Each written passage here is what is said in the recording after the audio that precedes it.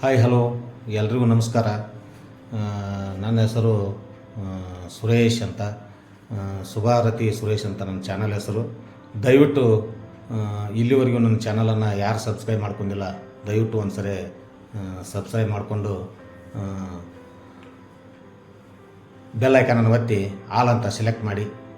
ನಾನು ಮಾಡತಕ್ಕಂಥ ಎಲ್ಲ ವಿಡಿಯೋಗಳ ನೋಟಿಫಿಕೇಷನ್ನು ಮೊದಲು ತಮಗೆ ಬಂದು ತಲುಪ್ತಾವು. ಈಗಾಗಲೇ ಕಳೆದ 4-5 ಸಂಚಿಕೆಯಲ್ಲಿ ನಾನು ಮನೆಮದ್ದು ಆರೋಗ್ಯ ಪ್ರಯೋಜನಗಳ ಬಗ್ಗೆ ಮತ್ತು ಸಸ್ಯದ ಬಗ್ಗೆ ಎಲೆಗಳ ಬಗ್ಗೆ ಈಗಾಗಲೇ ತಮಗೆ ಹೇಳಿದ್ದೀನಿ.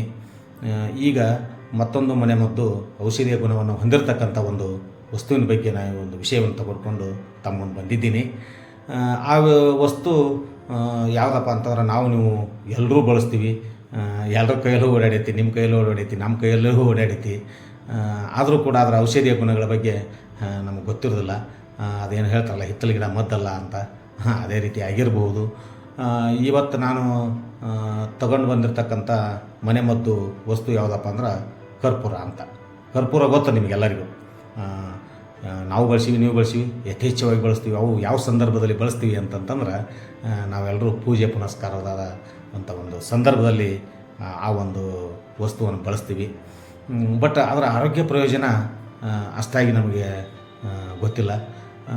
ಇವತ್ತು ಆ ಆರೋಗ್ಯ ಪ್ರಯೋಜನದ ಬಗ್ಗೆ ತಿಳಿಸ್ಕೊಡೋಕೆ ನಾನು ಒಂದು ಈ ವಿಡಿಯೋವನ್ನು ಮಾಡ್ತಾಯಿದ್ದೀನಿ. ಈ ಒಂದು ಕರ್ಪೂರವನ್ನು ಯಾವಾಗಲೂ ಹಳೆಯ ಕಾಲದಿಂದನೂ ಪ್ರಾಚೀನ ಕಾಲದಿಂದ ಬಳಸ್ತಾರೆ. ಅದು ಯಾವುದಕ್ಕೆ, ಆರೋಗ್ಯಕ್ಕೆ ಮತ್ತು ಸೌಂದರ್ಯಕ್ಕಾಗಿ ಬಳಸ್ತಾ ಇರ್ತಕ್ಕಂಥ ಆ ಒಂದು ವಸ್ತು ಅದು ತಮಗೂ ಗೊತ್ತಿರ್ಬೋದು. ಈ ಕರ್ಪೂರ ಹೇಗಿದೆ, ಏನಿದೆಯಪ್ಪ ಅಂತಂದ್ರೆ ಇದರಲ್ಲಿ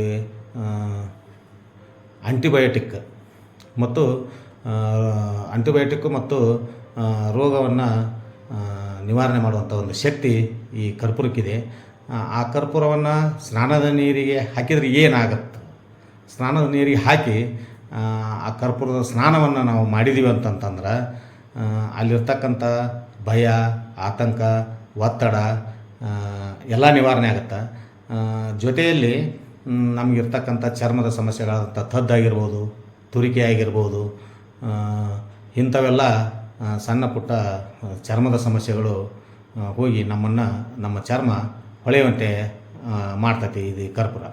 ಮತ್ತು ಈ ಕರ್ಪೂರದ ಪರಿಮಳ ಹೇಗಿರುತ್ತಪ್ಪ ಅಂತಂದ್ರೆ ಅದರ ವಾಸನೆ ನಮಗೆ ಬಂದ ತಕ್ಷಣ ಏನಾಗ್ಬಿಡ್ತೈತಿ, ಆ ವಾಸನೆಗೆ ನಮ್ಮ ಆತಂಕ, ಒತ್ತಡ ಎಲ್ಲ ನಿವಾರಣೆಯಾಗಿ ಮನಸ್ಸು ಪ್ರಫುಲ್ಲ ಆಗುತ್ತೆ, ಪ್ರಶಾಂತ ಆಗುತ್ತೆ. ಆವಾಗ ನಾವು ಏನಾಗ್ತೀವಿ, ಆ್ಯಕ್ಟಿವ್ ಆಗಿರ್ತೀವಿ. ಮನಸ್ಸು ಪ್ರಫುಲ್ಲ ಆಗ್ತಂದ್ರೆ ನಾವು ಆ್ಯಕ್ಟಿವ್ ಆಗಿರ್ತೀವಿ. ಅಂಥ ಒಂದು ಗುಣವನ್ನು ಹೊಂದಿರತಕ್ಕಂಥ ಈ ಕರ್ಪೂರ ಮತ್ತು ಆಂಟಿಬಯೋಟಿಕ್ ಅದರಲ್ಲಿ ಇರೋದರಿಂದ ಏನಾಗುತ್ತಂತಂದ್ರೆ ಕಾಲು ನೋವು, ಕೀಲು ನೋವು ಇವೆಲ್ಲವೂ ಸಹಜವಾಗಿ ಮನುಷ್ಯನಿಗೆ ಬರ್ತಿರ್ತಾವಲ್ಲ, ಅಂಥ ಒಂದು ಸಂದರ್ಭದೊಳಗೆ ಪ್ರತಿನಿತ್ಯ ನಾವು ಸ್ನಾನಕ್ಕೆ ಕರ್ಪೂರವನ್ನು ಹಾಕಿ ಸ್ನಾನ ಮಾಡಿದ್ರೆ ಏನಾಗತ್ತಪ್ಪ ಅಂತಂದ್ರೆ ಈ ಕಾಲು ನೋವು ಮತ್ತು ಕೀಲು ನೋವು ಹೊರಟೋಗುತ್ತೆ. ಪ್ರತಿದಿನ ನಾವು ಆ ಒಂದು ಕೆಲಸವನ್ನು ಮಾಡಬೇಕು. ಮತ್ತು ನಾವು ಸಾಯಂಕಾಲ ಅಥವಾ ಸಂಜೆ ಆ ಕರ್ಪೂರ ನೀರಿನ ಸ್ನಾನವನ್ನು ನಾವೇನಾದರೂ ಸಾಯಂಕಾಲ ಮಾಡಿದೀವಿ ಅಂತಂದ್ರೆ ಅದು ಏನಾಗುತ್ತೆ, ನಮ್ಗೆ ಸಾಯಂಕಾಲ ಮಾಡಿದೀವಿ ಅಂತಂತಂದ್ರೆ ಚೆನ್ನಾಗಿ ನಿದ್ದೆ ಬರ್ತೈತಿ. ನಿದ್ದೆ ಕಡಿಮೆ ಇರೋರು ಕರ್ಪೂರ ನೀರಿನ ಸ್ನಾನ ಮಾಡಿದ್ರೆ ನಿದ್ದೆ ಮಾತ್ರ ಚೆನ್ನಾಗಿ ಬರ್ತೈತಿ. ಮತ್ತು ಅದರ ಪರಿಮಳ ಮತ್ತು ಅದರ ಆ್ಯಂಟಿಬಯೋಟಿಕ್ ಗುಣ ನಮಗೇನಾಗುತ್ತೆ, ನಮ್ಮ ಚರ್ಮದ ಸಮಸ್ಯೆಯನ್ನು ನಿವಾರಣೆ ಮಾಡುತ್ತೆ. ಸೌಂದರ್ಯದಲ್ಲಿಯೂ ಚೆನ್ನಾಗಿ ನಮ್ಮನ್ನು ಸೌಂದರ್ಯವಂತರಾಗಿ ಇಡ್ತತಿ. ಅಂಥ ಒಂದು ಗುಣವನ್ನು ಹೊಂದಿರತಕ್ಕಂಥ ಕರ್ಪೂರವನ್ನು ತಾವೆಲ್ಲರೂ ಬಳಸ್ರಿ. ದಿನಾಲು ಸ್ನಾನ ನೀರಿಗೆ ಹಾಕಿ ಬಳಸಿದ್ರೆ ನಮ್ಮ ಚರ್ಮ ಕಾಂತಿಯುತವಾಗುತ್ತೆ ಅಂತ ತಮ್ಮ ಮುಂದೆ ಹೇಳುತ್ತಾ, ಮತ್ತು ಮುಂದಿನ ಸಂಚಿಕೆಯಲ್ಲಿ ನಾನು ಮತ್ತೊಂದು ಮನೆಮದ್ದು ಔಷಧಿಯ ಗುಣಗಳನ್ನು ಇರ್ತಕ್ಕಂಥ ಮತ್ತೊಂದು ಸಸ್ಯ ಆಗಿರ್ಬೋದು, ಎಲೆ ಆಗಿರ್ಬೋದು, ಯಾವುದೋ ಒಂದು ತೊಗೊಂಡು ತಮ್ಮ ಮುಂದೆ ಬರ್ತೀನಿ. ಅದಕ್ಕೆ ದಯವಿಟ್ಟು ಇಲ್ಲಿವರೆಗೂ ಮತ್ತೊಮ್ಮೆ ವಿನಂತಿಯನ್ನು ಮಾಡ್ತೀನಿ, ಯಾರು ನನ್ನ ಚಾನಲನ್ನು ಸಬ್ಸ್ಕ್ರೈಬ್ ಮಾಡಿಲ್ಲ ದಯವಿಟ್ಟು ಸಬ್ಸ್ಕ್ರೈಬ್ ಮಾಡ್ಕೊಳ್ಳಿ. ಬೆಲ್ ಐಕಾನ್ ಒತ್ತಿ ಆಲ್ ಅಂತ ಸೆಲೆಕ್ಟ್ ಮಾಡಬೇಕು ಅಂತ ತಮ್ಮಲ್ಲಿ ಮತ್ತೊಮ್ಮೆ ವಿನಂತಿಯನ್ನು ಮಾಡುತ್ತಾ ಇವತ್ತಿನ ಈ ಸಂಚಿಕೆಗೆ ಮುಕ್ತಾಯ ಹೇಳ್ತಾಯಿದ್ದೀನಿ. ಜೈ ಹಿಂದ್, ಜೈ ಕರ್ನಾಟಕ.